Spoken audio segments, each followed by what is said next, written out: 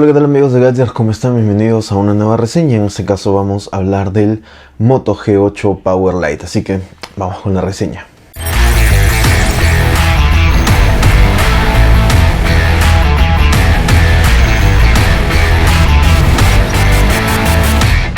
Bien, como siempre empezamos hablando del diseño y en este caso el Moto G8 Power tiene un parecido muy importante de hecho al Moto E6S que yo he probado aquí y que les voy a dejar la reseña. De hecho, en términos de diseño está bastante acorde con las tendencias actuales del mercado, aprovechando muy bien el panel frontal para ofrecer una gran pantalla en un cuerpo que resulta cómodo de usar. Este terminal cuenta con pantalla Max Vision o Max Vision de 6.5 pulgadas, gracias a lo cual se reducen los marcos bastante. Tenemos unos marcos optimizados, evidentemente todavía se podría hacer un poquito más, sobre todo en el marco de abajo, pero en general tenemos unos marcos bien optimizados. Arriba tenemos el pequeño notch de tipo gota que alberga la cámara selfie. También está el altavoz, por supuesto el altavoz para las llamadas, y además, aunque no parezca por ahí, está muy chiquito escondido en el altavoz, un LED de notificaciones muy pequeñito que nos sirve pues para saber cuando tenemos alguna notificación o cuando el celular está cargándose, por ejemplo. De hecho, el ratio de pantalla panel frontal es de 82.2%. Ahora, en cuanto a dimensiones, tenemos un terminal de 16.5 centímetros de alto, 7.6 centímetros de ancho y 0.92 centímetros de grosor. Su peso es de 200 gramos, así que sin duda no estamos ante el terminal más delgado ni tampoco más ligero del mercado, pero al final termina siendo cómodo en la mano y además, bueno, este grosor y el peso está justificado por la gran batería que lleva dentro. Si bien al tacto resulta muy agradable, se nota que está construido en plástico o policarbonato, aunque nada que se sienta tampoco como un terminal débil, sino que más bien se siente robusto. Al igual que el Moto E6S, me gustó mucho el color en el que está disponible en nuestro país. Es una especie de azul degradado, ¿no? Cuyo nombre oficial es mora azul en este caso. Y en general pues estamos ante un panel posterior que en realidad no se ensucia mucho gracias a este acabado que tiene, así que es un buen aspecto por ese lado. Justamente aquí en la parte posterior nos encontramos la triple cámara. Tenemos tres cámaras y además también tenemos el flash LED. Un poco más al medio tenemos aquí el lector de huellas que por cierto funciona muy rápido y que está escondido como siempre o camuflado, digamos, dentro del logo de Motorola. Y al igual que en el Moto E6S tenemos en la parte posterior al altavoz. El altavoz multimedia está ubicado en la parte inferior, en la esquina inferior izquierda del terminal, lo cual digamos es algo que ya vimos en el Moto E6S y que bueno, tiene ciertas ventajas también, ¿no? Por lo demás me gusta que tenemos los botones de bloqueo y volumen que se encuentran en el lado derecho. Esto me parece que hace más cómodo de manejar el celular y por cierto el botón de bloqueo tiene una textura con líneas muy interesante. Abajo tenemos el conector micro USB para la carga. Me hubiera gustado que sea USB tipo C, pero bueno, tenemos solamente micro USB. Tenemos el micrófono, arriba tenemos el jack de 3.5 milímetros para la entrada y salida de audio y la bandeja para la nano SIM y la micro SD va hacia el lado izquierdo. Bien, hablemos ahora de la pantalla. La pantalla, que es un apartado que no necesariamente destaca, está acorde digamos con la gama de entrada, y aquí tenemos un panel de 6.5 pulgadas con tecnología LCD IPS. La resolución se queda solamente en HD+, específicamente tenemos 1600 x 720 píxeles, el formato es de 20.9, es un formato bastante panorámico y la densidad de píxeles en este caso resulta de 269 puntos por pulgada. Para el consumo multimedia creo que va relativamente bien, no se nota mucho la carencia de píxeles, a menos pues que te acerques, te fijes mucho. En el caso de los textos y algunas logotipos, algunas imágenes, por ahí que puedes notar algo la densidad, la falta de densidad de píxeles, sobre todo cuando haces algunas transiciones, pero bueno, creo que en el día a día te terminarás olvidando ese detalle, especialmente si vienes de un terminal de esta categoría con una pantalla similar. La pantalla también tiene modo ambiente que te deja ver las notificaciones sin desbloquear la pantalla.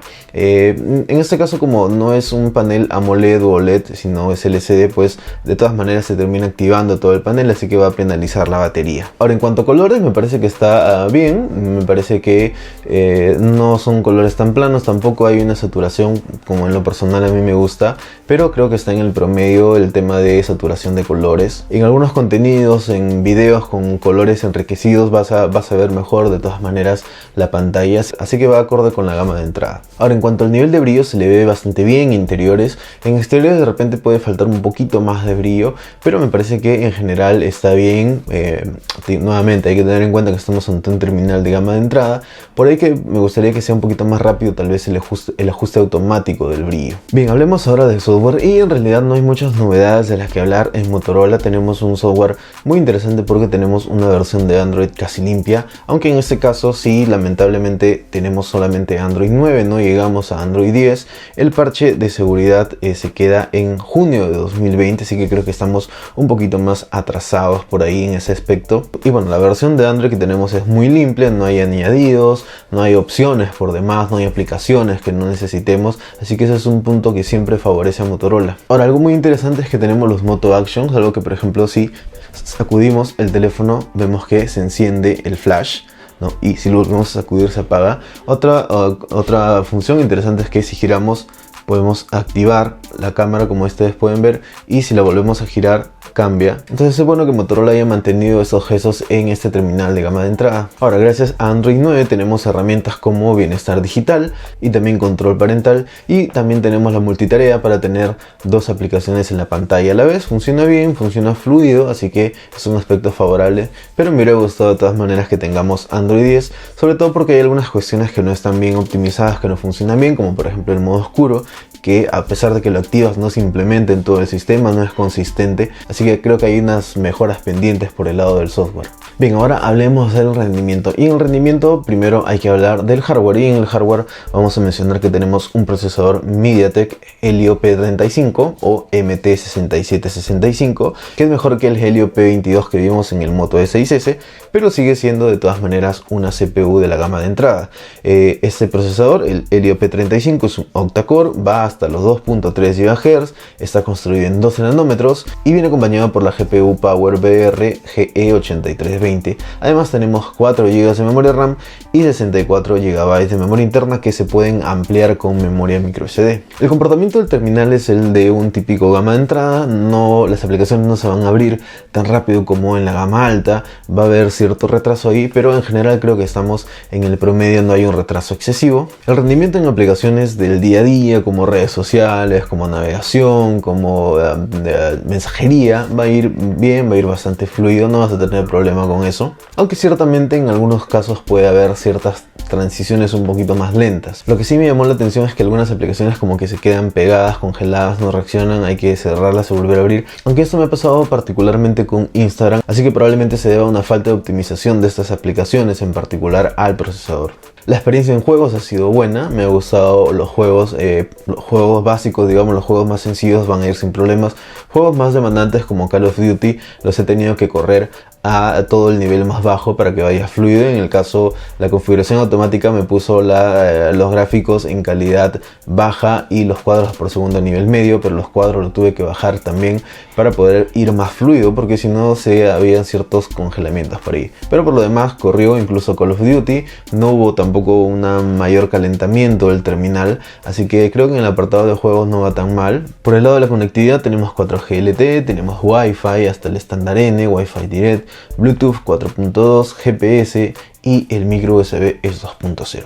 Además, como siempre, tenemos el sensor de huellas de Motorola que va en la parte de atrás, que funciona muy bien, muy rápido, consistente, sin errores, con una velocidad bastante adecuada, así que siempre ese es un aspecto favorable en Motorola. Bien, hablemos ahora del apartado de cámaras, y aquí es importante considerar que Motorola ha apostado por poner 3 sensores en la parte posterior, 3 lentes en la parte posterior, así que eso es un aspecto que nos va a dar mucho más versatilidad. Bueno, el sensor principal es de 16 megapíxeles con apertura de f2.0, tiene enfoque por detección de fase, viene acompañado por un sensor de profundidad de 2 megapíxeles con apertura de f2.4 y también tenemos un sensor macro que también es de 2 megapíxeles con apertura de f2.4. En la parte delantera tenemos la cámara selfie que es de 8 megapíxeles y tiene apertura de f2.0 que está ubicada en el notch del smartphone. Bueno, al igual que la cámara del Moto E6S y otros terminales de Motorola que hemos visto, tenemos ya la aplicación típica de cámara de Motorola con algunas opciones, en este caso obviamente más recortadas que los de gama más alta, pero tenemos algunas opciones interesantes como por ejemplo el HDR, tenemos y también tenemos el modo belleza que se regula manualmente, y tenemos algunos modos como, bueno, además de la captura de imagen y la captura de video, tenemos para el modo retrato, que se puede regular también manualmente. Tenemos un modo panorámico y tenemos el modo macro, obviamente, para aprovechar este sensor especialmente que tenemos aquí. Los resultados en fotografía son buenos, con buena iluminación evidentemente son buenos. Me parece que tenemos unos colores adecuados para esta categoría, tenemos una buena definición también, no me parece que haya mayor pérdida de detalle. Evidentemente estamos hablando en situaciones de buena iluminación, siempre también va a depender de que tomemos el ángulo correcto, de que hagamos el enfoque correcto. En esos casos siempre hay que ayudar un poquito al celular. Los colores no son tan vivos como en otros terminales tal vez, pero tampoco me parecen que estén demasiado apagados, demasiado planos. Me parece que están en el promedio. A mí en lo personal me gusta un poquito más de saturación de colores, pero bueno, son gustos más personales. El HDR hace un buen trabajo para ayudarnos en la mayoría de ocasiones. En algunos casos, cuando ya las condiciones son más difíciles, no va a poder balancear bien las zonas oscuras con las zonas blancas, pero en general va a ser un buen trabajo. Ahora, evidentemente, cuando la luz cae, sí vamos a empezar a perder color, vamos a empezar a ver más ruido. Evidentemente, mientras más oscuro, más ruido, más pérdida de color. Esto es algo normal en cualquier celular y sobre todo en la gama de entrada. Los resultados del modo retrato sí me han gustado bastante también. Nuevamente, con una buena iluminación tenemos muy buenos resultados, tenemos un muy buen desenfoque, tenemos una buena delimitación del objeto principal, digamos. Con ambos lentes me han gustado los resultados. Ya cuando la luz cae, evidentemente lo que más vamos a perder es la nitidez, porque vamos a empezar a observar ruido. No tanto se pierde el desenfoque, sino más bien que aparece mucho ruido a medida que la luz va cayendo. Y bueno, también va a tardar a veces un poquito en procesar también las imágenes que hagamos con un modo retrato. Tardan por ahí un par de segunditos en procesarse. La fotografía macro también me gustó. Con buena iluminación tenemos buenos resultados en fotografía macro, con buenos colores. Me han gustado los colores, sobre todo a plantas, objetos pequeños, coloridos. Tenemos buenos resultados. Cuando ya la luz escasea, me pareció interesante que apenas activamos el modo macro, se active el flash para ayudarnos a enfocar cuando no hay buena iluminación, pero igual me parece que los resultados no son los esperados con poca iluminación. Ahora, la grabación de video hay que tener en cuenta que va hasta 1080p, 30 cuadros por segundo, tanto cámara delantera como posterior. Los resultados son parejos, digamos, con la fotografía, bien cuando hay buena iluminación, aunque me parece que se ve un poquito más oscuro de lo que me gustaría, y cuando la luz se va, pues aparece el ruido, evidentemente. Pero lo que más he extrañado es algún tipo de estabilización. Si grabamos video caminando, pues vamos a ver cómo nos hace falta la estabilización, así que creo que ese es un aspecto que Motorola debe empezar a otorgar en la gama de entrada. Bien, hablemos ahora del sonido, y en el sonido, pues como ya había mencionado, tenemos el altavoz en la parte posterior. La calidad de sonido es regular, me parece que es un poquito metálico, que le falta un poquito de graves. Cuando subes el volumen ya no hay, digamos, una pérdida más notable de calidad ni ninguna distorsión. Es un sonido potente. La posición también resulta cómoda, aunque bueno, siempre sería mejor tenerlo enfrente, pero eso ya no lo tenemos hace muchos años en ningún celular. En la parte posterior me parece que está bien, no se va a obturar cuando juegas, y si lo pones sobre una superficie plana, tiene ahí un pequeño puntito que mantiene levantada esa zona, así que va a sonar bien, y más bien me parece que hace un buen efecto el rebote del sonido sobre la superficie en la que lo pongas. Ahora, algo muy interesante y muy valorado en esta categoría es la radio FM y el jack de 3.5 mm, que nos ayuda a mejorar el sonido con unos buenos audífonos que tengamos por ahí. Bien, pasemos ahora a uno de los apartados más interesantes, que es el de la batería. La batería del Moto G8 Power Lite es bastante generosa, estamos hablando de 5000 mAh. Con esto me parece que tenemos autonomía de sobra, incluso podemos llegar a un día medio, dos, tranquilamente sobrado. Podemos llegar a 2 días de autonomía si tenemos un uso más conservador del celular.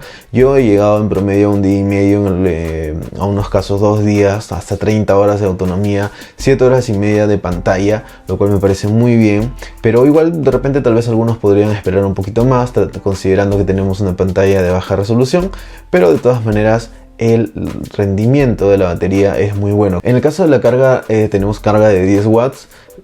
Es relativamente rápida para cargar 5000 mAh, pero igual estamos hablando de 2 horas y media por lo menos para llegar de niveles muy bajos al 100%, 2 horas 40 minutos. Creo que se podría mejorar un poquito más. De todas maneras, tal vez 18 watts, 15 watts podría ser una mejor alternativa, pero por suerte pues no lo vamos a tener que cargar tan seguido, porque la autonomía pues es muy buena. Bien, entonces, ¿cuál es la conclusión? La conclusión del Moto G8 Power Lite es que estamos ante un terminal de gama de entrada con algunas características muy interesantes. Evidentemente la batería, como su nombre lo dice, es un Moto G8 Power, en este caso Lite, porque se recortan en algunas otras características, pero en autonomía va bastante bien. También tenemos unas buenas tomas, unas buenas fotos con buena iluminación, buen modo retrato, buen modo macro también, evidentemente con buena iluminación. Donde tal vez se podría mejorar un poquito más es en la optimización, para que vaya un poquito más fluido. La carga que sea un poquito más rápida tal vez se podría mejorar, y la grabación de video tener algún tipo de estabilización. Por supuesto también optimizar las tomas con menos luz, las fotos con menos luz. Sería bueno tener mejores resultados por ahí un poquito, pero de todas maneras es un terminal bastante interesante para su precio, así que pues si estás buscando un terminal con un precio contenido, esta puede ser una buena alternativa. Bueno amigos, espero que les haya gustado esta reseña. Si fue así, no se olviden de ponerle pulgar arriba, no se olviden de suscribirse al canal, activen las notificaciones y conmigo será hasta la próxima.